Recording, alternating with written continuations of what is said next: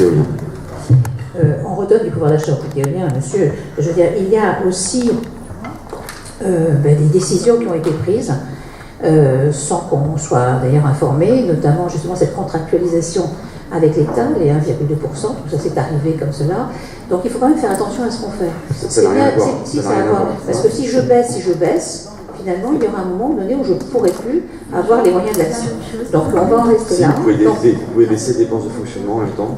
Ah ben oui, mais à force de baisser les dépenses de fonctionnement, on va c'est au détriment du service public, ce que je ne souhaite pas. Je ne souhaite absolument pas. Donc je mets aux voix qui est contre. Non, mais pour être premier en taux, il faut avoir, comme le premier et le deuxième, une population très riche et peu de services publics. Tout à fait. C'est le cas de l'UNES. Quel grand fiscaliste vous faites, monsieur Fontaine. Oui, c'est la réalité, surtout la réalité. Donc je mets aux voix qui est contre, qui s'abstient. Contre. Très bien, je vous en remercie. On va savoir que voter contre ces taux de fiscalité. Fixation du taux d'enlèvement des ordures ménagères, donc c'est la fameuse TEUM. Là, on est le taux le plus bas du département, monsieur Roux. Vous voyez et là, c'est bien l'an prochain, cette taxe, elle ira la POD. Donc, nous ne la percevrons plus. Y a-t-il des remarques sur la TOM? Donc, je mets aux voix qui est contre, qui s'abstient. Un contre? Tout est contre. Très bien. Sur le budget primitif. Vous avez noté les contres sur le... Très bien. Je vais peut-être laisser la parole d'abord. Sur le budget primitif.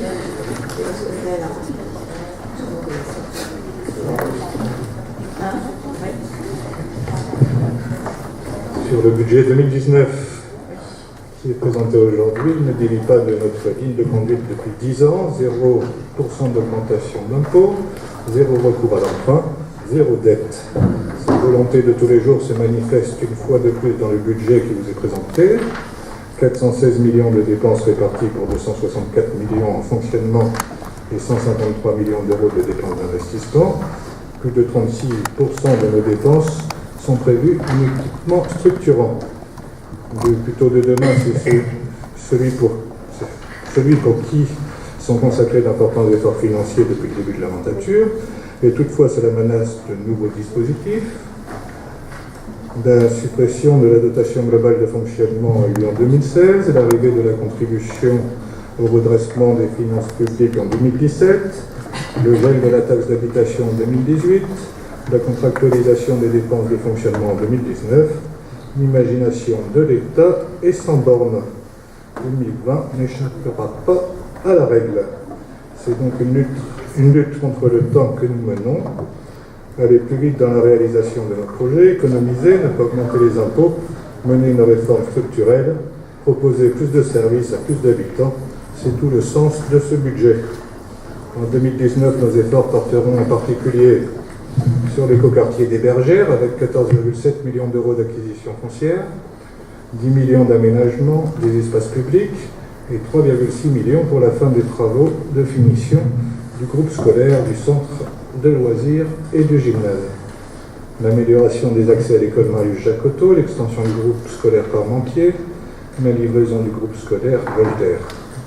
La restructuration de la crèche des Cèdres, les travaux d'aménagement de la crèche du Jardin, la réfection des chalets du centre de loisirs du parc de Body, l'achèvement des travaux de la passerelle, le Puteaux, la rénovation de l'escalator Wallace avec l'obtention d'un ascenseur, la rénovation de l'éclairage public, le réaménagement des rues Parmentier, de la rue des Fusillés, de la rue Arago, de la rue Rouget de Lille, la livraison des jardins des Glycines et du Belvédère, l'aménagement du parc Offenbach, du Moulin et le square du Puy, la transformation de l'île aux Collins, de la rue Agathe, l'aménagement du centre de supervision urbain, le déploiement de la vidéoprotection dans sa phase 4, le soutien à l'action sociale par une subvention de fonctionnement à la maison de Fanny Wallace, la transformation de l'ancien conservatoire, la création d'un musée de Colbert, la réfection du palais de la médiathèque, l'aménagement des jardins